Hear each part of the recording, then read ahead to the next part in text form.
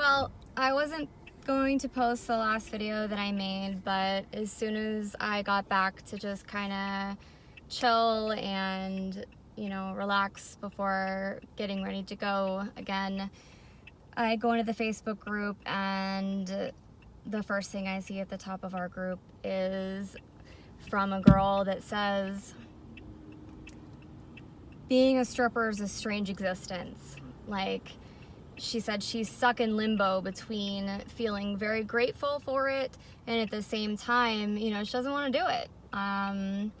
And I can completely relate to that. And this is something that definitely really needs to be talked about, because I started this channel because I knew that stripping could change any female's life, and in particular, the driver for me to start it, the reason why I started the channel was because I could not stop thinking about girls that I used to work with that had pimps, and it broke my heart. It was like, I know these girls are in here and they're making money, and then they go back to some douchebag's house and then give him all their fucking money. And I heard the plan because I know a girl that got approached by some of the girls to get recruited. She didn't know what was going on, and she gets there and they tell her, kind of what the deal is. This guy was like, we're gonna get houses, we're gonna get cars, we're gonna get all this stuff, but it was all gonna go in his name with their money. And I don't know exactly how. Oh God, it's such a disgusting, the thought of it, it just fucking bothers me to my core. So the reason why I started this channel was because I figured maybe if these girls were making a couple $100s a night or a few $100s a night, maybe if they could go in and have $1,000 nights, they'd be like, I don't need this fucking guy. And then they would just go get their own apartment or whatever. And the thing that threw me over the edge that really, made me start to think about that is one of the girls that I worked with at the time and actually I was staying with her. I was traveling, I was staying with her across the street at a hotel. And she said that one of those girls that was being pimped out, one of the youngest ones that looked so sweet and innocent and everything, one of them came up to her and was like, how much are you girls spending across the street on that hotel? And that crushed me, because I was like, she wants out. She wants out. And, she's not the first girl that I've wanted to adopt and be like, I just want to adopt you. Fuck, where did I put my water?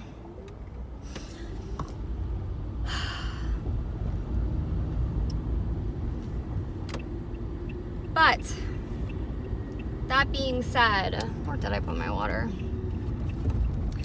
That being said, this is a hard job. It is not it's not the easiest thing in the world to do. And it's not something that you want to get stuck in forever. It's something that you want to use to change your life radically and to move on. And I definitely made a lot of mistakes. And when I say mistakes, when I was dancing, when I first started, my only goal was to travel. And I fucking traveled. I did a lot of it, and I don't have regrets around that area at all. But I was not smart with my money either. I didn't save it and invest it. I'm positive I've said this before, I truly, it's almost embarrassing to admit this, but I truly believe that, like,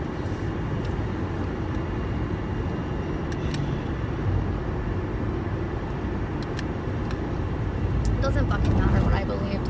I didn't save my money, and I didn't invest it, except for in a few little things, and this isn't the kind of job that you want to just make money and blow it, because there's going to come a point, and for you it might be a year, for you it might be 10 years. I don't know at what point this is going to become like a for real wake-up call for you, but you're going to want out at some point. And if you don't have the means to get out, you're going to realize that this is one of the most profitable jobs in the world. And after having the kind of money and freedom that you acquire from having this type of job, it's very difficult to walk away from, even if you hate what you're doing. So, realize the opportunity that's at hand here for, like, every female that is physically able to do the job. And save your money. For the love of God, save your money and start investing it. There's an app, I might have mentioned it before, called the Robinhood app. It makes it extremely easy to invest in stocks. For a long time, stocks was not easy for people to invest in. You had to, like, jump through tons of loopholes and stuff like that to be able to invest. And it's just not like that anymore. Like, people have made it really easy for you to be able to invest your money in stocks. And now, that also being said, at least the United States is due for a recession. So if you invest a lot of your money in stocks, like, who knows when the recession's gonna happen? I don't know. I've been feeling like it was gonna happen for a while. I do a lot of research and stuff on smart people, and I think quite a few of them think that it's going to be next year, or that it's going to be 2020. But I also heard this a few years ago, and it still hasn't happened yet. And Trump has done a lot for the economy to make it start getting stronger. So I don't know where that lies in what's going to happen with everything, but this is just something that needs to be addressed. Like, this is it's not an easy job, especially, I mean, girls just aren't designed to throw themselves at men. That's just not what we're designed to do. And that's the job description. Like, that's what we do. Like, I'm not I'm not an aggressive person in real life like that, but at the fucking club, like, I'm an aggressive person. And I don't know, I just needed to mention this. I used to have a little sticky note in my car right here in the middle, not this car, different car, but it said, it's not always rainbows and butterflies, it's compromise that moves us along. Like, song. And that was like my motivation. Like, get your fucking ass into work. Like, it's not always rainbows and butterflies, but the job helped and helps me do whatever I want, other than get the fuck out of the job. So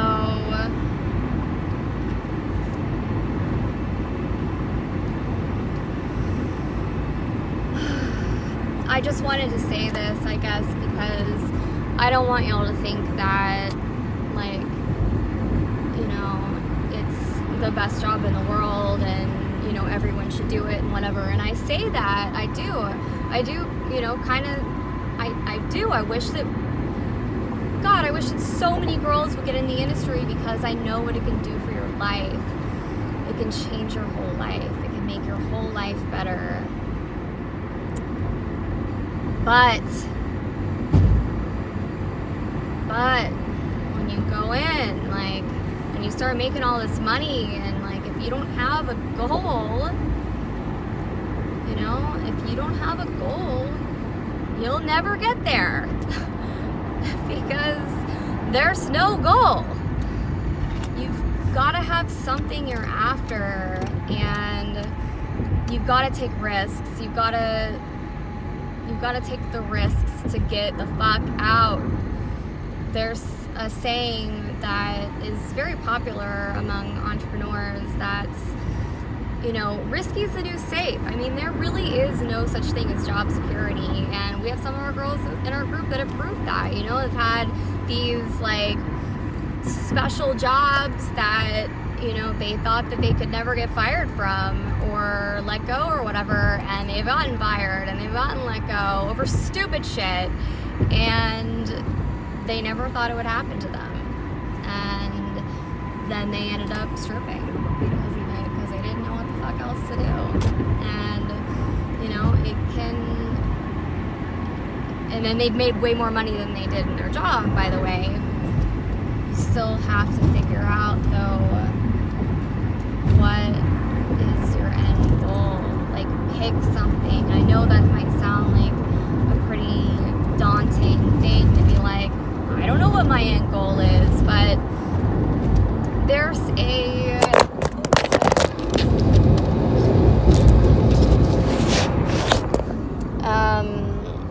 well, hopefully this won't be upside down now. Hold on. Okay, there's a it's like my robe. Oh my gosh, it's so comfortable.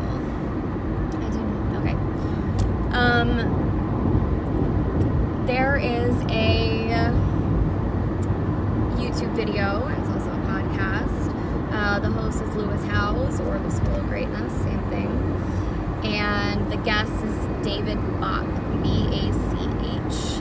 And the episode is called How to Become Financially Free with Stocks, or something along those lines. And he talks about, I'll just make this point, I have 10 minutes before I get there. His grandma, when she was like 30, she came home from work one day and said to her husband, like, you know, this is a long time ago, I'm talking like 19 or 20 or 30 or something like that, I don't know, it was a long time ago. She came home and she said to her husband, she was like, this isn't working, like, we're always broke. You know, what are we doing wrong? Like, I don't like always being broke. And she took it upon herself and decided to start investing her change that she could afford to into stocks. So I think it was like pennies. I think she started off investing like pennies into stocks, and eventually, you know, as time goes on, 30, 40, 50 years later, this fucking lady is rich, and we have the opportunity to invest hundreds a month. Hundreds. And I started doing that recently. I started investing a lot of money in stocks. I just have a lot of other stuff I really want to buy for my mom to help make my mom healthy, in case you guys don't know. So, but David's story, her grandson, she took him to McDonald's. Not my choice of a place to go, but she took him to McDonald's, and she said to him, as he's eating this hamburger, she said to him, you could be making money right now from eating that hamburger. He's like 8 or something, like really young, and he's like, how? And she said, if you own stock in McDonald's, every time you ate here and anytime anyone else ate here, you would make money. And she taught him how to buy stock. So I think the first stock he got was in McDonald's. I don't remember where it went from there. But David did the same thing with him. And then she took him to play Monopoly, by the way, the board game. And she was like, let me show you how much like real life this is. And let me teach you how to make this real life. And she showed him, you know, as they played, like every single time you land on a property that's not yours, you owe money. But every time people land on your property and you have houses and stuff on it and whatever, like, they owe you money. And this is real life. You know, this is a good reason to get into real estate. I just went and did yoga today, and I typically don't talk to the people that I do yoga with, but it was me and one other lady at first, and it was just us. And I introduced myself, and we started talking a little bit, and she asked me why I was in Dallas, because I told her I was traveling, and I told her, I don't honestly remember exactly what I told her, but I asked her I told her I was thinking about moving here, because at this point I legitimately am, because I was like, I could get a place here and get a piece of property here because the real estate market is booming, and if I had a place here for a while, eventually it would probably be worth a lot of money. You know, is that my strategy? I don't really know, but I'm not going to go into this really long story about all this, but she was like, well, you're right. She was like, Dallas is a great place for real estate, and she was like, actually, I flip houses, and she's been doing it for like a while, and she goes, the market here is excellent for doing that. There's some, you know, loopholes that she works through to make it easier to do, but the point is just find something to invest your money in, because you need to be able to exit this industry. This is really, really, really important, because it's a great opportunity to make a lot of money, and it's very, very easy to blow all of that money if you're not careful. If you're not keeping track of your money, if you're, you know, if you're just not actively trying to do something with it, you're gonna spend it. That's just the truth. I mean, and this isn't even just strippers. I mean, you know, guys that are in the NFL that make millions of dollars in a year can blow it by the next year. People that win the lottery, $10 million, whatever it happens to be, within a year, they've typically not only wasted all of it, but are also now in debt. So this is not just a stripper problem. This is a really, really big deal.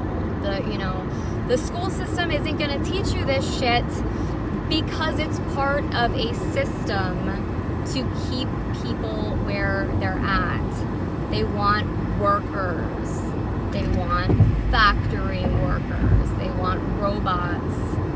They want robots. They don't want people that think for themselves and that step outside the box and that become entrepreneurs and take charge of their life and make shit happen. That's not what they're looking for. They want people that do what they're told and stay in line and, you know, whatever the fuck else the system is looking for in people, or designing in people. They want you to get your flu shot. They want you to, like, that's some bullshit right there.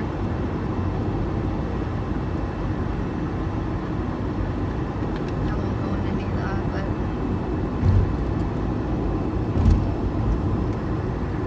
there's so much about the system that's just so fucked up, and you're not gonna learn about it from the TV.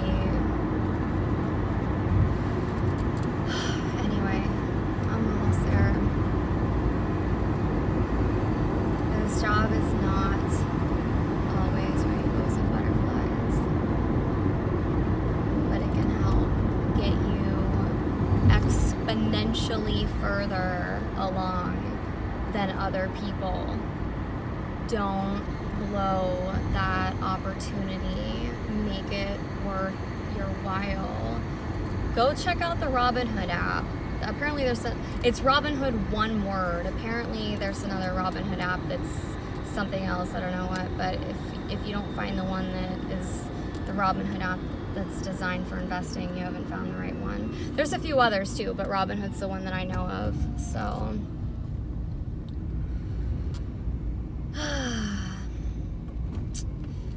turning left on a shady trail. Baby dolls, here I come.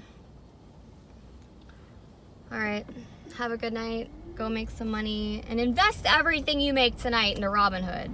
Just do it. I've already made a return. I've already made a significant return, actually. I think I've only been investing for like 3 months. Like right now, I'm looking at this homeless guy that's standing right here on the corner. He's got his head down, his hoodie up. He's got a sign, you know, homeless and hungry. And, you know, he doesn't have the opportunity that we have. He doesn't have it. He doesn't have it. You know, I don't know why he's there or we'll put him there or anything like that, but you know, that's a situation that none of us ever need to be in, because we can literally go make a few hundred to 1,000 to more in a night. It's crazy. It really is. It's crazy. It's a miracle. It's a miracle to take advantage of, to not take for granted, and to use to get your fucking self out of that same situation.